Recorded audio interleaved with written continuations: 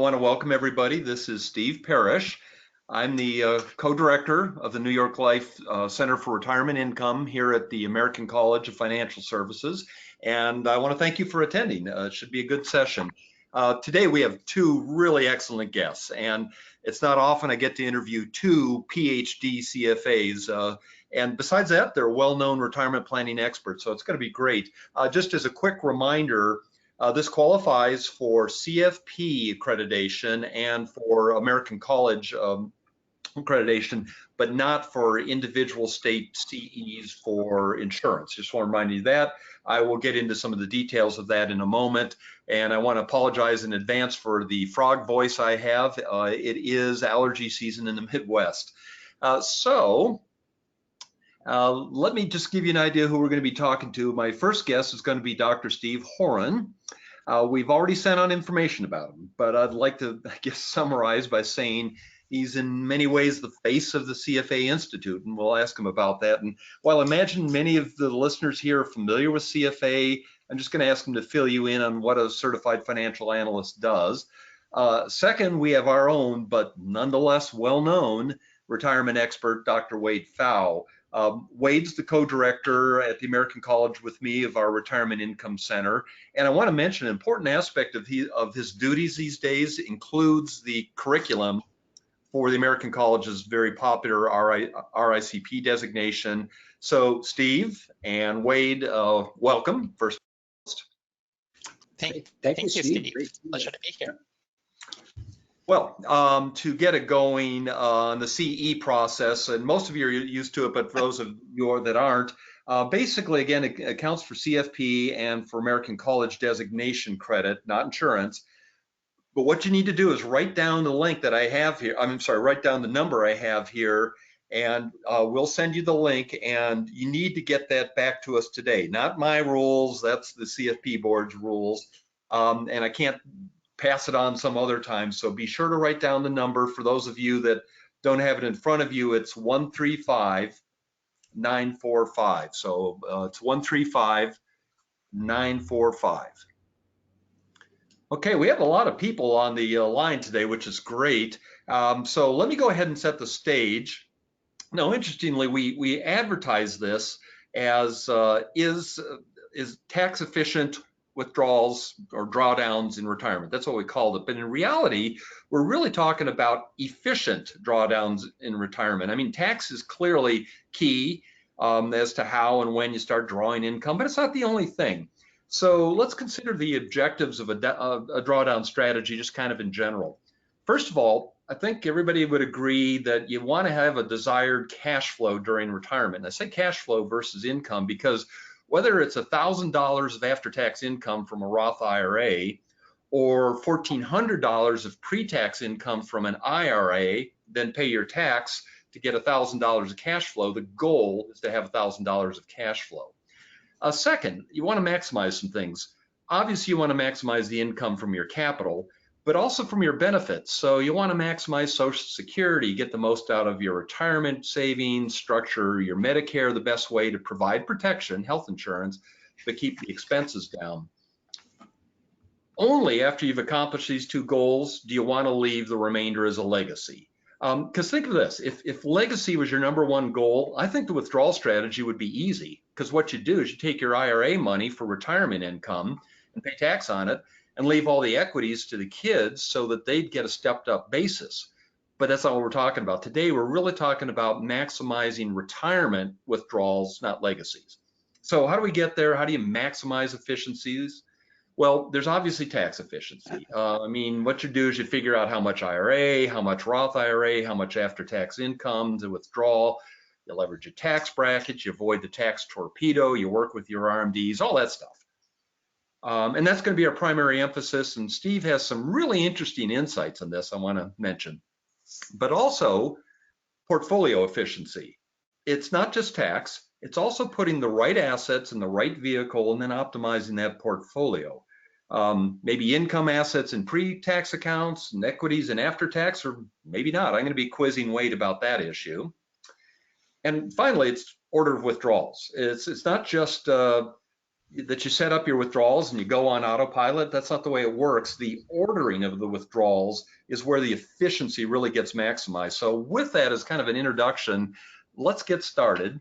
And Steve, I know we're going to do some myth busting, but let's start with the conventional thinking on efficient drawdowns. I mean, to figure out what and how to draw down, we have a number of choices: IRA, Roth IRA, after tax. Can you start by describing what the conventional thinking has been as to what tax advantage vehicle to use when for retirement? And in so doing, give us kind of a hint, if you will, as to where these traditional assumptions may need to be reviewed because of the new tax law. Sure. Yeah. Thank you, Steve. This is a great introduction and a real honor to be here with both you and Wade today. And, I think you really hit on something in your intro when you focused on the notion of cash flows. And that's really kind of at the heart of the myth busting. We sometimes get hung up on tax minimization and sort of lose sight of the bigger picture. And I think that's where some of the myths come in. And I can kind of categorize them in three buckets. I think there's a couple of accumulation myths. And for me, those are things like, well, the Roth IRA is the best tax sheltered retirement vehicle and is always better than the traditional IRA. So that's, for me, a myth. It's oftentimes the case. That sort of feeds into the fact that the derivative myth is that you should convert all your traditional IRAs to Roth IRAs. And I'm certainly a fan of strategic Roth IRA conversion, but again, there's strategy there. In the accumulation phase, there's also the myth of placing higher return assets in Roth IRAs as an ultimate goal. And as you alluded to, sometimes that's the case, and so others it may not be. I think there's withdrawal myths as well in that phase, in the drawdown phase, and that is, that we sometimes presume that we always preserve tax advantaged assets and we spend those down first, we spend taxable accounts down first before we touch anything that's tax advantaged. Kind of a derivative of that is that it's kind of the flip side, and it's actually an example of why I started looking at this 20 years ago. Is I had a client that entered retirement. He had a variety of tax shelter retirement vehicles, and he just sort of reflexively, without thinking about it, says, well, I'm in retirement now, so I'm going to use my retirement accounts. And we sort of had to work through what the optimal strategy there was. Another myth is that when you do get to those tax sheltered vehicles, that you would always spend from the Roth first. So again, I think the reality is a bit more nuanced. And then in the last category, it's legacy or the wealth transfer myths. Sometimes you hear that gifting is always the right thing to do. Pay the gift tax now to the exclusion or in lieu of a bequest, because that will necessarily move the appreciation of those assets outside the taxable estate. Again, that might be good, but it as a singular objective loses sight of the bigger picture.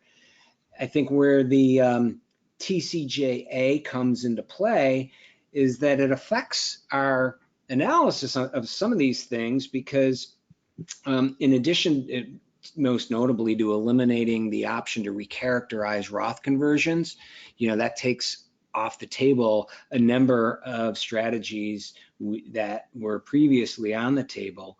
It does reduce some tax brackets. It increases marginal rates in others, actually, and it increases the standard deduction, but then eliminates the personal exemptions. For a lot of folks, that's basically a wash. It's close to a wash. But that does sort of affect how we look at these myths and approach the problems. Right.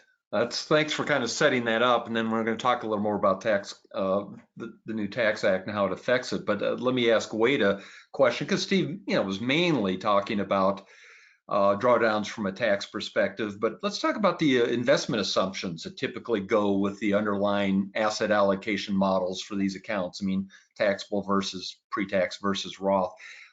What's been the conventional thinking? And again, which ones might we want to start reconsidering now that we do have the Tax Cuts and Jobs Act? What do you think about that, Wade? Yeah, thank you, Steve, and thank you both Steves for kind of putting this together and for allowing me to be part of this. When it comes really to conventional wisdom about this question gets to the asset location. Where do you put different assets between taxable, tax deferred, and tax free? And kind of the thinking around that is starting with the taxable account. Well, and in general, asset allocation always comes first. That what I'll talk about is the principles of where things go. But if you don't have enough capacity to do this in any one of the given accounts, asset allocation is and having the appropriate risk tolerance for the account is the first order to look at. But beyond that, then what you're generally thinking about for the taxable accounts is you want to have the most tax efficient assets possible. So equities tend to be more tax efficient than bonds because more of their returns will come through either long-term capital gains or qualified dividends that have the preferential tax treatment. And then within that world of equities, looking for tax efficiency, so low turnover of the portfolio, not a lot of realized capital gains as you go along. So a US stock index fund would be kind of the perfect investment to consider for the taxable account. And then just moving from there. Then when you get into the issue of, well, we've got these two different kind of tax preference accounts. We have tax deferred accounts and tax free accounts. Generally, we think about the tax deferred account as a place for less tax efficient assets that are also lower yielding or lower returning. So this could become the place for bonds. Bonds tend to have a lower expected return and they don't have tax efficiency. All the distributions will be taxed as income, but since bonds primarily are interest payments, you're getting taxed at income tax rates anyway. Now, in terms of what the tax laws could change there, it's just that bigger standard deduction creates more capacity for taking distributions from the tax deferred accounts before you start entering into marginal tax rates other than zero. And then the tax-free accounts, these can also be tax inefficient asset classes because you're not going to be paying taxes on them. But when you're comparing the Roth to the Roth IRA, you can be looking at higher returning asset classes or potentially higher returning asset classes that are not tax efficient. So if you're looking at small cap value or emerging market funds, the Roth would be an appropriate place to put those. They have higher expected returns and they're also less tax efficient. The logic behind that is in the general withdrawal order sequencing that we'll talk about, there's a tendency to preserve the tax-free assets to last. So more time for growth, not taking the distributions, more growth opportunity. And then also for less tax efficient asset classes, more of those returns would be realized as income tax eligible spending power. And so if they were in the IRA, you'd already be paying taxes on those anyways. And so you get that more benefit by having them shifted into the Roth IRA where you're not going to have to be paying taxes on those capital gains. Right. Right. And we wouldn't be even having this discussion, but for the fact the government has these tax rules that encourage investing in various kinds of retirement accounts. I mean, IRA versus Roth IRA. So Steve, I know you've come up with a great way of kind of describing the Roth model versus IRA model that are tax advantage of how the government really participates in these tax advantage accounts. I mean, I think it's not just theoretical. I think it helps advisors, if they understand this, they'll do a better job working with asset location when thinking with the retirees. So can you kind of describe that? Sure, yeah, and you're right. It does sort of start at the conceptual level, but and even can affect just the types of conversations we have with our clients. And so it really starts with the realization that if I'm looking at a tax deferred account, like a traditional IRA, you know, and a client may have $1 million packed away in one of those, they don't have $1 million to spend. You know, everyone looks at that, both from an asset allocation perspective, from a budgeting perspective, as if there's $1 million there. But we really ought to be looking at it like there's $1 million less the embedded tax liability. And in fact, you know, if we just sort of take the simple case where, you know, there might be, say, a 30% tax as withdrawals are being made on that over time. Effectively, the government is a limited partner in a private equity, or, you know, a limited partnership, better said. So they own 30% of that portfolio, for better or for worse, both the principal and the gains, and the investor owns the remaining 70%. So in that sense, the investor kind of looks like a general partner because they're controlling the investments, but they still only have a proportion of the entire principal and future gains. In that sense, they are subject to all the risk. They're proportional risk in return. Now, that differs from how it is that taxable accounts are treated. So there, the investor basically owns all of the principal, but what the government participates in is the incremental return, whether that's income, cap appreciation, or something else. And if you go to the next slide, then we can see that what ends up happening is that there's a risk sharing arrangement between the investor and the government that affects the investor's risk return profile. So here's just a sort of a very simple example of a $100,000 investment in a taxable account. And if we put that in at the beginning of the year, and at the end of the year, we assume there's 3 equally probable outcomes that the investment could, in a really good case, go up 25%, a pretty good case go up 10, or in a bad scenario go down 5. That's an expected return of 10% that the investor would have, and a standard deviation there in blue of 15%. And that's typically the way we think about the world, and we sort of stop the analysis there. But if we sort of think about, well, how is the government sharing in this from a risk perspective, and we take our best case, the 25% is truncated down to 15 at, in this case, we've assumed a 40% tax rate. And the 10% return is shaved down to 6%, and the worst return is truncated on the downside. Instead of -5, it's -3. That's the interesting thing there is the standard deviation on that distribution is now 9%. It's no longer 15, and not coincidentally, it's exactly 60% of the pre-tax volatility. What that shows us is that the government's absorbing some of this risk for us. And that's in fact precisely what the government experiences in bull markets, right? They receive less tax revenue, so they feel it as well. And there's some implications to that. What that means is that, one, we should think about our clients' asset allocation in an after-tax way.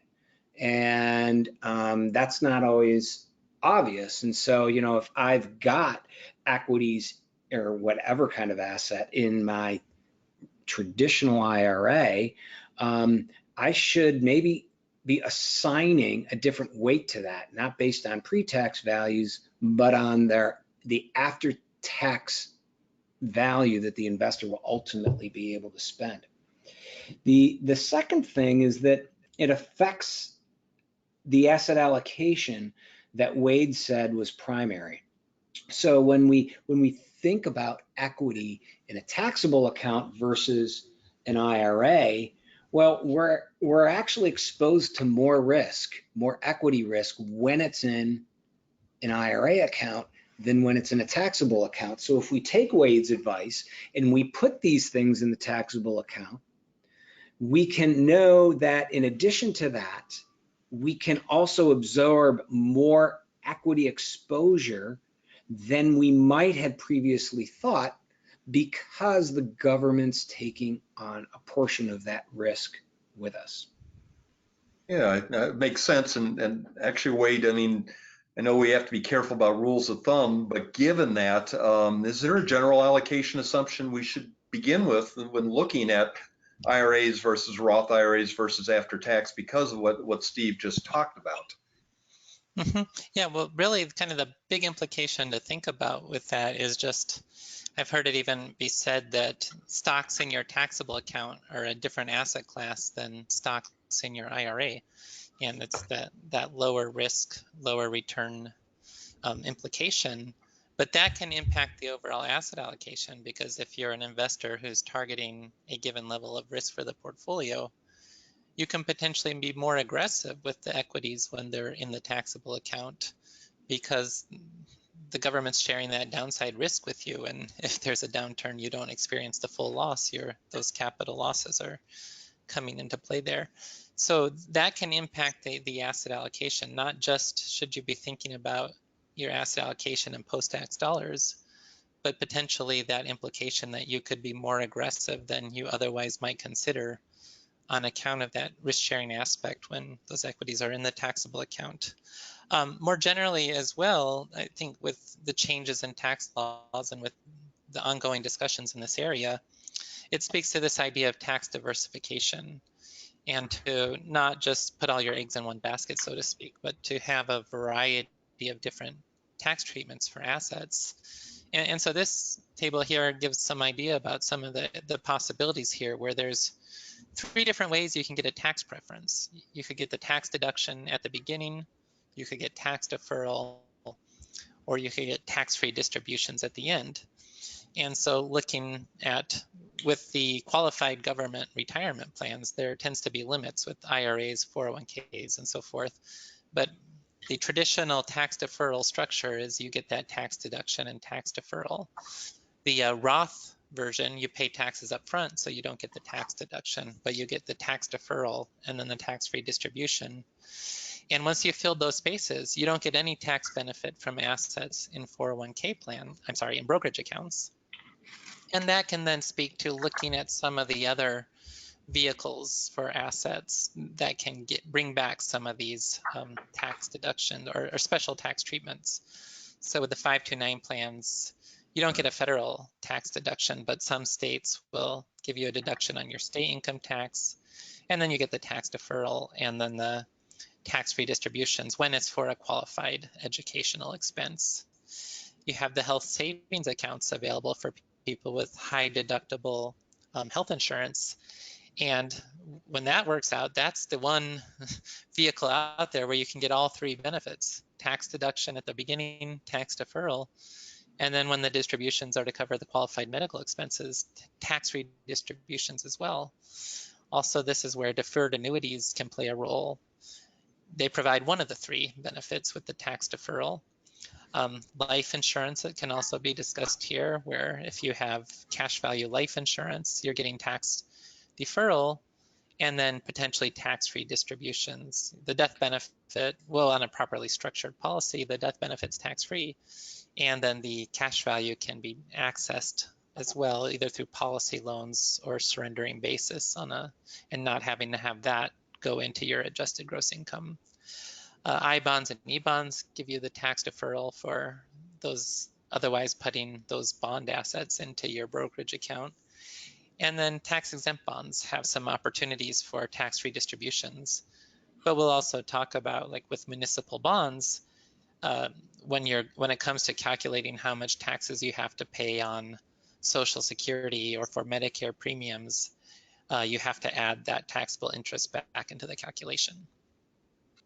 Right. That's a great summary, and you see a lot of different products and a lot of different options to get there. And I know, Steve, that we're going to talk in more detail a little later about Roth conversions, but seeing that this is such an important aspect, whether you go Roth or IRA, one of the things that obviously, and you already referenced it, is you can't recharacterize Roth IRAs anymore. And so, once you've converted your IRA to a Roth IRA, there's no takebacks. With that option gone, since we're talking about myth busting, how does that affect how we think about our planning in general related to conversions from IRAs to Roth IRAs? Yeah, so it used to be that I used to love going around talking about the kind of the sexy strategy of converting early and converting often, because we had that recharacterization option, and really I won't spend much time on this, but the old thinking was that what I want to do is I want to convert on January 2nd or 1st, because this recharacterization is an option, and options are more valuable the longer lived they are, so I would want to do it early. I would want to convert often, by which if I've got 10 different assets, I don't want to lump them all together and convert them as one. I want to break them apart and convert them individually, because I only want to recharacterize the ones that went down and moved against me. And I would also want to be on the lookout for volatility. I would want to convert those assets that were likely to bounce around, because I would benefit from the winners and I could limit my downside on the losers. All of that thinking's gone now. Yeah. So what's left? What's left are three things. One is that we still want to be thinking about converting what I'll call a label as undervalued assets. And in an efficient market, there are no such things as undervalued assets. But what do I mean by that? Well, one scenario would be, if I've got some privately traded or privately held asset that's getting valued, and I'm able to apply valuation discounts from either lack of control or minority interests. Those are nice candidates for conversions. If I'm looking at assets that, if in my own mind, have suffered precipitous declines, whether that's market-wide or on an individual security basis, you may play with that. Again, that requires some belief of deviation from fundamental value. The second category is getting back to what Wade was talking about with respect to tax diversification, and that is, you can still use conversion to make sure that you are either creating or maintaining what I'll call a balanced portfolio of account types or structures for retirement. Because when you get to that withdrawal phase, you are going to want to have optionality. You're going to want to be able to, you don't know what the tax law is going to do. You don't know what your tax situation is going to be. And as we'll see later, even if we do know what it's going to be, we're going to want flexibility with the accounts to take full advantage of the tax brackets. And then related to that, the third thing that conversion can also make available to us is, especially if we're in retirement, but if we happen to be in a relatively low tax bracket, we don't want to let that opportunity pass us by. So we want to fill up our low tax brackets up with something, something taxable. And if conversion is that, it becomes a compelling proposition if I can convert at a relatively low tax rate. So there are still strategies left for us. It's just that the really sort of sexy one disappeared. Yeah, right. But you brought up an important point. I want to get that over to Wade, is the whole issue of volatility. I mean, one's pre-tax, Roth is after tax. So how's that affect decisions on the portfolio as far as the volatility of the underlying assets, even post recharacterization? I mean, what happens if interest rates go up, as an example? Well, yeah, as Steve was talking about, you kind of lose those recharacterization opportunities where you don't have to forecast what's going to happen in advance. So if you then get into, well, I believe the asset is undervalued, it can provide that opportunity to do the Roth conversion. So if there's been a big increase in interest rates, for example, you'll be looking at capital losses on the bonds, and then you can more bonds converted over to the Roth. Or likewise, if there's been a drop in the stock market and you have a belief that it's going to recover at some point, then at that lower value level, you'll get the opportunity to get more shares converted over to the Roth. And with these types of opportunities, you run into the problem that, well, if I want to convert a more lowly valued asset over to my Roth, well, I've got to pay taxes on that. So not all that asset would get to move over to the Roth. And then I end up locking in losses to pay the taxes. And so that can speak to a broader approach of, in retirement income planning, there's this idea of a buffer asset as a way to manage the market volatility in retirement. And a buffer asset is something you generally don't think about as part of the investment portfolio, and it's not correlated with the investment portfolio. So examples can be the cash value of permanent life insurance or the line of credit on a reverse mortgage. Both of those can allow for tax-free distributions, so you don't have to pay taxes when you're taking from those accounts. But then also you could use those to pay for the taxes on the Roth conversions in these types of scenarios. Because again, now it becomes more, instead of I can't do the recharacterization, I'm going to try to convert assets when they've lost value, but I don't want to have to lock in the gains on a portion of that to pay the taxes. So that buffer asset idea gives you a resource to pay those taxes. And then more generally as well, as you can see with this slide, it's an attempt to just measure like how much tax efficiency do you have with the different asset classes. And that idea hasn't really changed in terms of, we're back to the point, more tax efficient asset classes belong in that taxable account. Less tax efficient assets go into the tax advantaged accounts. And you have that spectrum of where, based on the amount of room I have in each type of account, where I'm going to try to position my assets on that spectrum in that sort of ordering. Right. And since we're halfway through, I want to make sure we get to the actual, what are some of the withdrawal strategies? Somebody in the chat box mentioned how life insurance is an example of thinking outside of the box as a way of achieving some of that. But let's go ahead and catch up there. I want to point out as we get into the withdrawal strategies that there are other tax issues at play. And so it's not just a matter of pre-tax, post-tax, no tax. So keep in mind as we go through this that there are other things like the 20% QBI deduction for a pass-through business. What's it have to do with retirees? Well, we have more and more people who are retiring as independent contractors are getting this income, and they typically are going to be a service business, so they're going to want to keep their income under $315,000 as an example. That's taxable income. Or when you get into modified adjustable income, people are trying to avoid the 3.8% net investment income tax. So part of your strategy at the tax level is making sure that you're staying under that $250,000 limit for the net investment income. I realize that retirement accounts aren't subject to the tax, but it still affects how big your income is and whether that tax applies.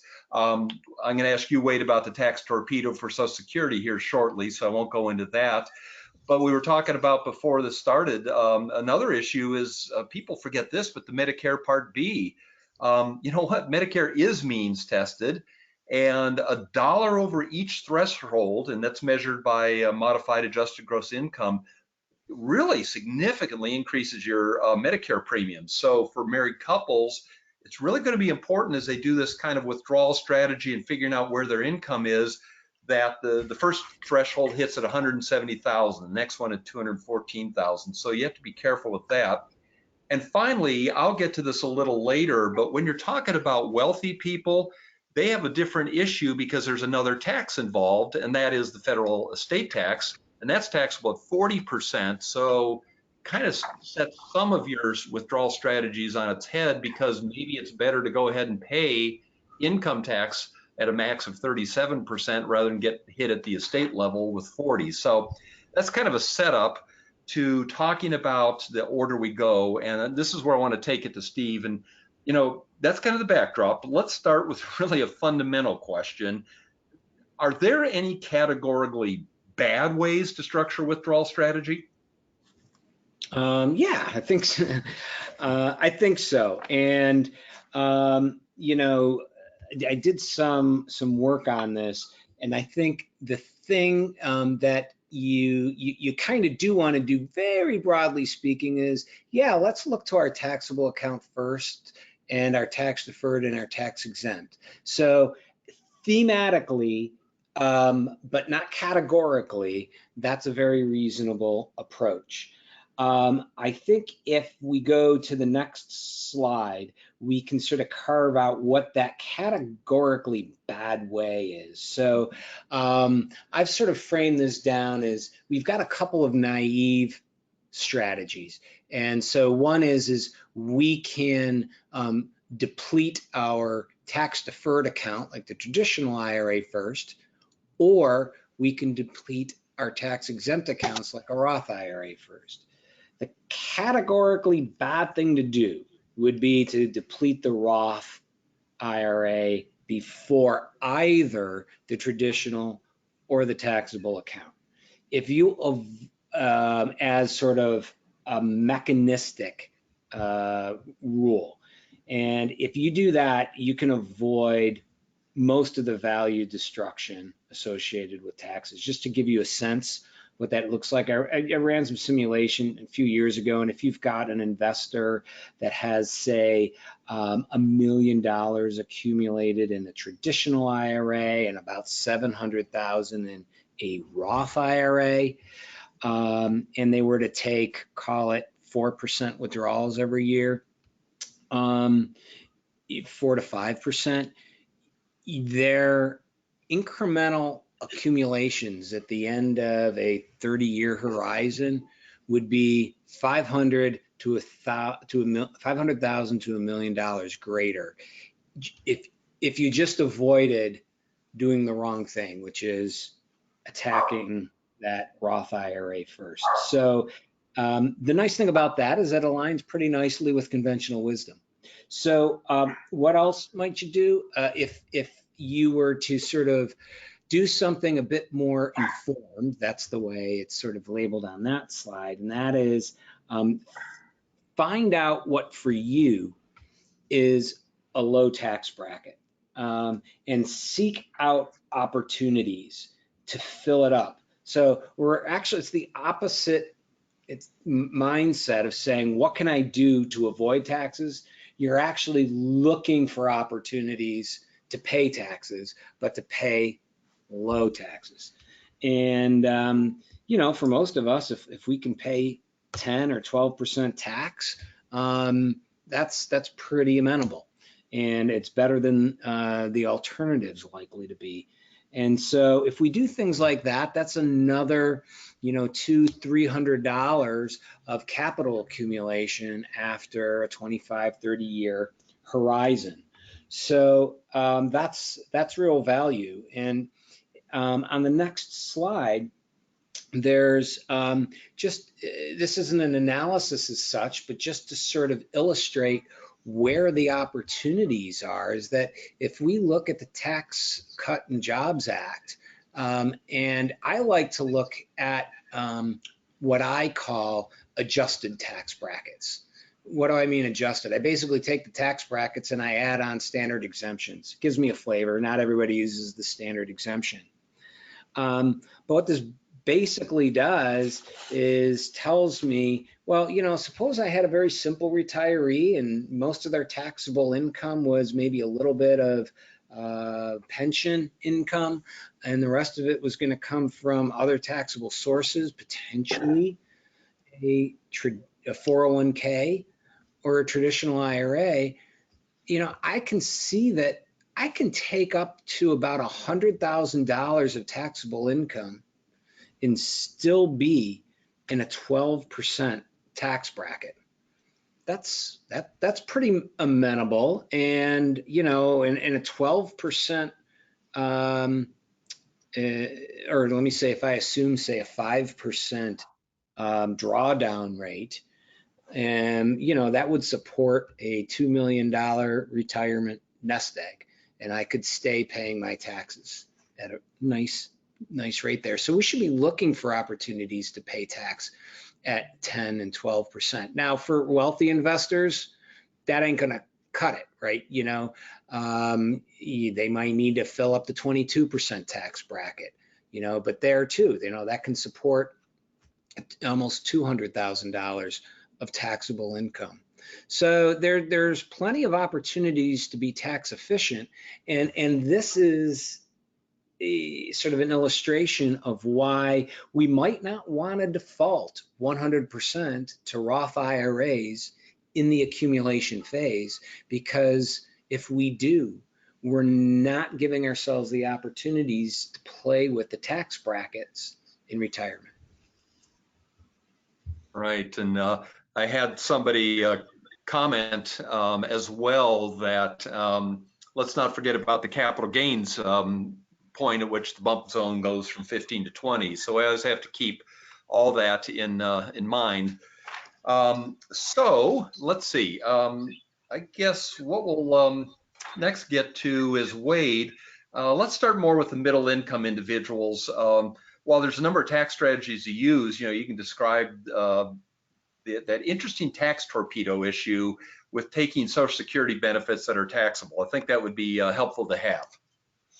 Sure, yeah, so the tax torpedo on Social Security, well, the thresholds for that were set as part of the 1983 tax reforms, and they have not been adjusted for inflation since then. So we may be getting to the point where very few clients are going to be able to avoid having to pay taxes on 85% of their Social Security benefits. But the idea is, if you can keep your provisional income low enough, you don't have to pay taxes on Social Security. Now, the provisional income, it's different from a modified adjusted gross income. It's like a modified, it's your AGI plus your tax exempt interest, and then plus half of your Social Security benefits. And there's thresholds built in where you have to pay taxes on a portion of your Social Security benefits. And then as an individual filer, again, because these have not been adjusted since 1983, if your provisional income is more than $34,000 or with a joint return more than $44,000, you're going to be looking at paying taxes on 85% of your Social Security benefits. And so the tax torpedo is this idea that when you're below those thresholds, each dollar of taxable income that you're generating, you're paying taxes not just on that dollar of income, but it's also uniquely triggering more taxes on your Social Security benefit. And so it can lead to a pretty high marginal tax rate. And that's just something to keep in mind. If the client has been very efficient with their planning and has a lot of tax-free income sources, they might be able to manage around that tax torpedo. But it's going to be hard for many people to do that.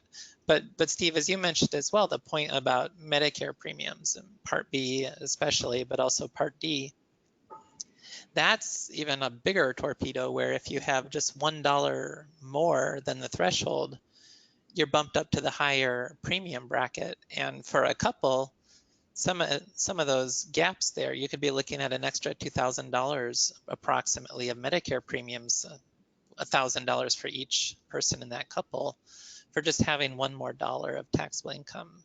So these are areas where you really want to be careful, and especially if you're doing things like Roth conversions and generating additional taxable income, to make sure you've accounted for what that might do in terms of some of these other issues outside of what you're thinking of as just the federal tax brackets and tax code. Okay. Now this slide here is, as we start thinking more about planning and controlling. Oh, okay. Should I discuss this slide now? Or? There it is. Yep. Oh, I see it. Yeah. Oh yeah. I mean, that previous slide was, well, if you're starting to think about managing the tax torpedo, then you can draw from different types of resources, things that are going to generate taxable income. We're over on that left column, like wages and IRA distributions and short-term capital gains and so forth. You can get the preferential tax treatment, of course, with qualified dividends and long-term capital gains. But then if you're trying to manage those tax brackets and still be able to spend more without generating more taxable income, then you have the opportunity for the cost basis of your investments in the brokerage account, Roth IRA distributions, a portion of non-qualified annuities, like if you've annuitized and you have the exclusion ratio apply on the income, you're only paying taxes on a portion. A portion of Social Security benefits are still not taxable, 15% potentially. The health savings accounts, reverse mortgage proceeds, and then the cash value from life insurance when structured properly as a surrender of cost basis or policy loan. Now, this what you see on this slide now is an example that's just to give this idea about how with efficient tax planning, you have the potential to pay less federal income taxes. And so the couple on the left and the couple on the right, they are going to be spending the same amount in retirement, but the couple on the left has been much more efficient regarding how they went about doing that. The couple, they're both 65 years old, but the couple on the left is deferring Social Security.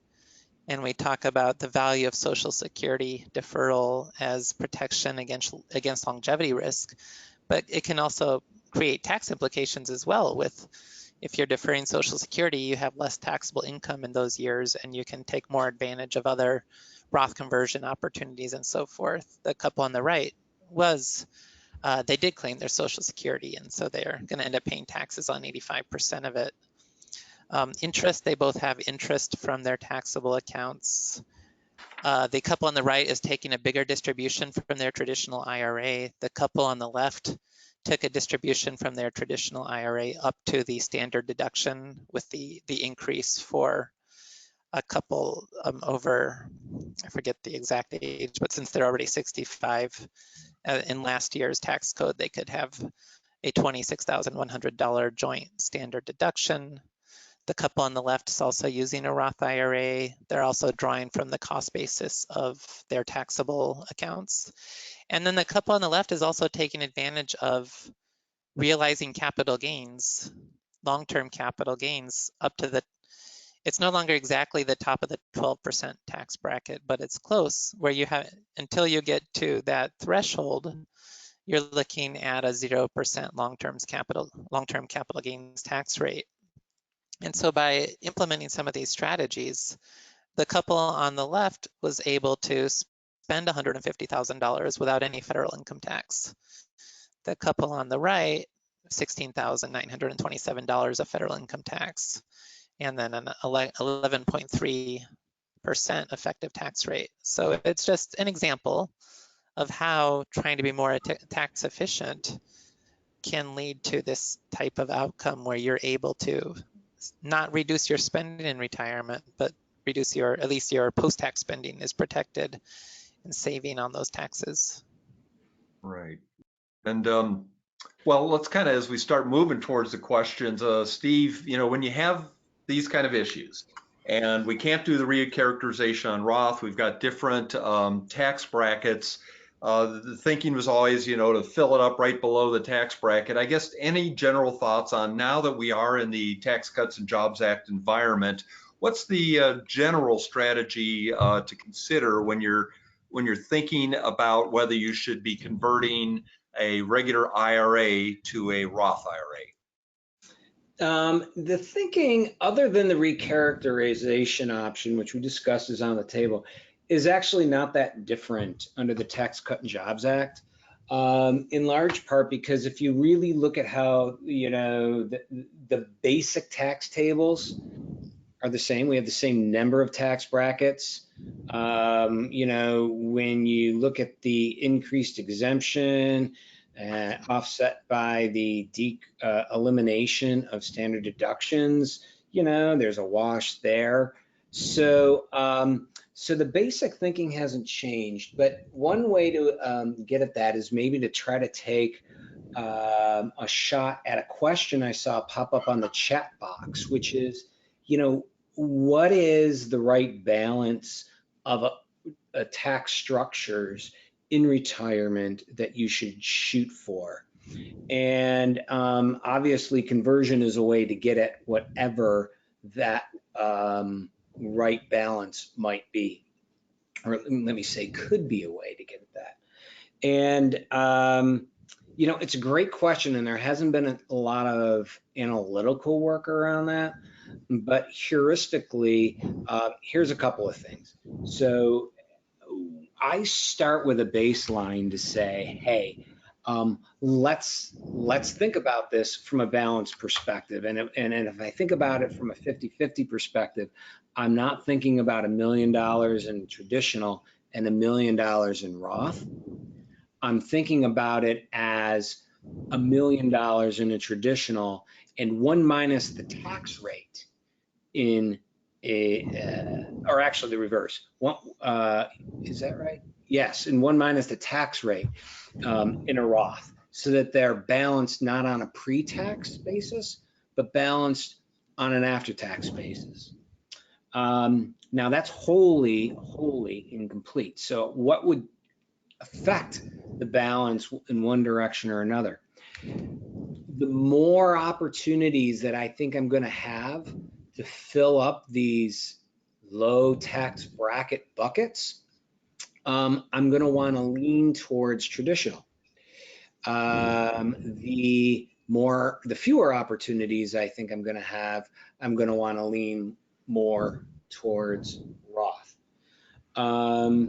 So that's just some sort of heuristic guidance there, but there hasn't been a whole lot of analytical work about that ideal balance as you enter retirement. There's so many moving parts that becomes kind of tricky. And I want to mention one last one that I'm having a little trouble getting slides to come up, but a additional consideration, and I'll just mention it.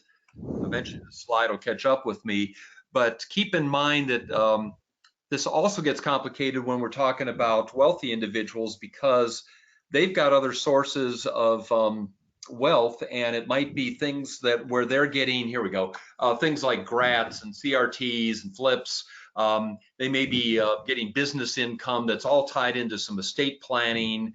They may have sold their business and get an installment sale and all that. My point is, here comes money into that person. Well, wealthy people retire too. And I just want to point out that you don't suddenly put away the books and say, well, gee, wealthy people don't care about retirement income. They do. You still have efficiency. It's just that we enter a new thing, is that even with that 37% income tax rate, that's still lower than the estate tax. So in many cases, you might be using a grantor trust, where you're trying to get the income tax to the retiree instead of in a trust, so that you're paying tax on it at 37 rather than 40. The step up in basis becomes very important, because you're talking about privately held business that might be low basis and high value. But at the end of the day, you're still doing a lot of the stuff that we've talked about. So you might be working on RMD strategies. You're doing what Steve was talking about with Roth versus IRA. You're still trying to maximize Social Security. It's just you got some different tools that get you there. So let me ask you a question, Steve. You're with the CFA Institute, and I guess I always thought of the CFAs as being the people who could do all the cool stuff with strategies on portfolios. And here we are talking about withdrawal strategies on IRAs. Can you give us a little bit of idea of what's going on and how the CFA Academy can help people in thinking through this? Yeah, sure, absolutely. So, I think, what's interesting is folks always think about the CFA charter as being, applied to and relevant to the institutional asset management space, but really it was conceived of from the very beginning as a generalist investment management credential for both institutional asset management and private wealth management. And actually, if you go back and look at the very first exam that was administered in 1963. And the very first question on that exam was, in fact, a private wealth question, that an investor with a cash flow issue, dividends. In fact, it even had tax analysis factored into it back in 1963. And so we've always been that, or at least intended to be, and increasingly are sort of becoming that. So who are charter holders? Well, really our two biggest categories are research analysts and portfolio managers, but combined, they represent a little less than half of our membership. So really our members do a variety of different things, and a third of them manage assets for private clients. And so that's why, we were the first to incorporate behavioral finance into our curriculum way back in the 1990s, before it was, in vogue and accepted the way that it is today. And we have, tax efficient investment management in the curriculum, estate planning in the curriculum, how we should manage around concentrated single assets, and as well as insurance or risk management planning for individuals. So it's really part of the larger skill set of investment management generally. Yeah. Okay, that helps, because some people have a misconception about what the CFAs do. I would be remiss if I didn't, before the hour, mention what we can do over here at the American College, and with the RICP designation, Retirement Income Certified Professional. Again, I'm having slide problems, but what we have is, and we always do this as an offer, if you're interested in getting the RICP, where you can get it, there we go, at a discount of over $500. So if you're interested, please write down this code, RICPW 819. And that's just a great opportunity. Hopefully this kind of information that you heard from Steve and Wade, who I thank so much for really digging down and drilling there, is the kind of thing that might inspire you to consider that. So I wanted to add that. And then let me tell you what I'm going to do here is, I've been monitoring the question box, and there are some really great ones. I will commit to get back to all of you, because we do get that, with some answers to your questions. The one I thought we have time for at least one question that I thought was good, because you referenced a little bit of it, Steve, but Wade may know as well. Are there any actual tools that might do like tax torpedo and figuring out when, how, because you got all these moving parts? Are either one of you familiar with any software systems that might get you closer to that? Because it really is a challenge that's just coming from so many angles, and I'll leave it open for you too. Yeah, absolutely. And Wade may have a different opinion on this, but first of all, let me qualify, is that this is so complicated, I don't think any single tool can do an adequate job, because there's so many intersecting considerations. But the folks that I know that are doing great work around this are Bill Rickenstein, right, formerly at Baylor, has put together a product to help retirees navigate this. It incorporates the Social Security considerations that you referenced and the tax torpedo, as well as Medicare. I'm not sure it is able to incorporate a lot of the GRAT kind of things, and estate planning legacy issues, but it gets you really far along the way there, including whether or not you'd want to delay your Social Security elections. Wade, what are your thoughts on that? Yeah, that was the first one that came to mind. That software is called Income Solver, and as you mentioned, it's focused on tax efficient income. But when it comes to estate planning, I agree with you. There may not be any really reasonable options out there. There are some others besides the Income Solver. You've got Income Discovery is another retirement income focused program you might like to look at, that has a good treatment for taxes. And then there's another company I'm not as familiar with, but I've seen a lot of marketing for them, and that's the Life Yield.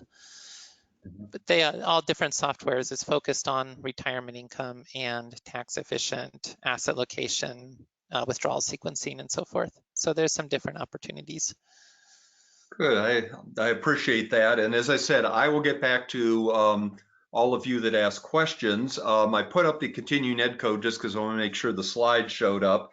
I do want to mention, if you hang on just a second, that while you're writing it down, 787132, number one, I really want to thank Steve and Wade for those insightful comments. Want to let you know that our next presentation is October 8th with a name that's familiar to some of you, Don Graves. We're going to be looking at non-traditional retirement income sources and kind of with a drill down into reverse mortgages, which is always an interesting topic. And then November 5th, we have a name many of you may know, Ellen Rogan, who's a New York Times bestseller on smart money moves. So again, I really appreciate very much what Wade and what Steve did, and hopefully you have the continuing ed code of 787132, and we thank you very much for your time, and I'm going to call it a day. Thanks again. Thank you. Thank you.